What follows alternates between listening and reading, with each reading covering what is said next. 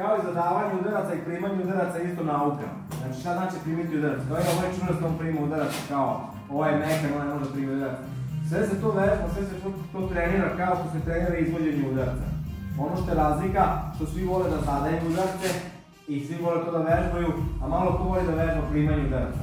Svi ste u varijanti daj da se to izbegne, da se to eskivira, ali ne možeš uvijek da eskiviraš. Ja sam tvrdim zato da prva defanzivna solucija bude eskivaža, to je izbjegavanje. Ali moraš znati kako da blokiraš udarac ili u krajnjem onom slučaju da primiš udarac. Krenut ćemo sada od low kickova kao neki poslednjih noših udaraca. Kako? Većina ljudi pravi veliku grešku pri primanju low kickova kad pokušavaju da nogu podignu vazduh.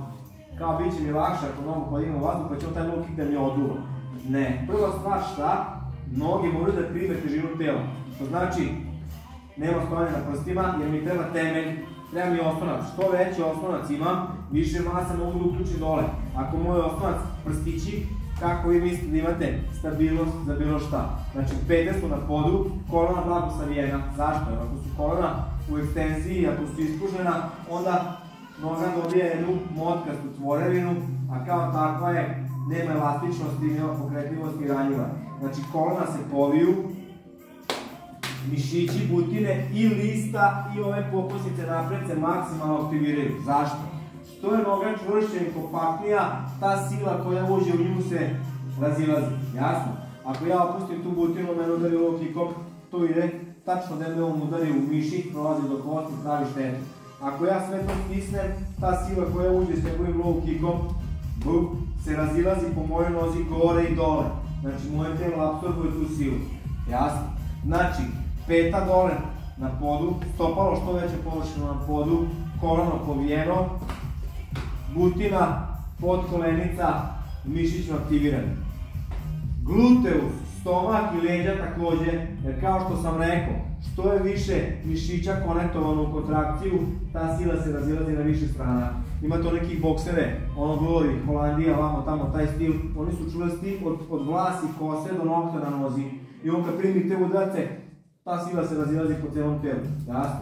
A imate najbrže boksere, opuštene, elastične, onda kad primi, oni padaju na najlepše nokaute. Kada ga okači, on se prospe kao flaša vode. Jedan partner zadaje low kickove, drugi partner apsorbuje low kickove. Znači, neću reći prima, nego apsorbuje. Nemojte da pravište sledeću grešku. Nemojte da idete u taj low kick. Nemojte da idete napred. Nemojte da povećavate taj impact. Nemojte da dodajete još vašu silu, vašu težinu u tu tačku udarca. Nemojte da izmičete. Nemojte da radite ni ovo. Jer gubite kompaktnost, gubite čvrstinu. Znači, napravite 2-3 elastične tačke. Recimo, koleno, kuk. Tu može da se radi pregib, tu može da se radi amortizacija, a mišiće od pete do ramena povežite.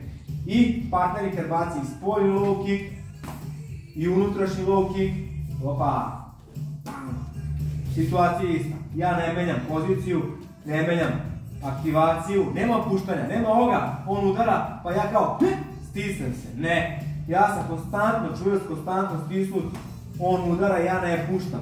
On možda me cimne, možda proveri moju čvrstinu, ja ne opuštam. Ovaj koji udara duboko, bez previše ubrzanja. Znači, nemoj da cimaš da izlećeš, nego se opusti i gledaj da prolaziš kroz te mišiće, da stvoriš neku silu koja će da uđe duboko.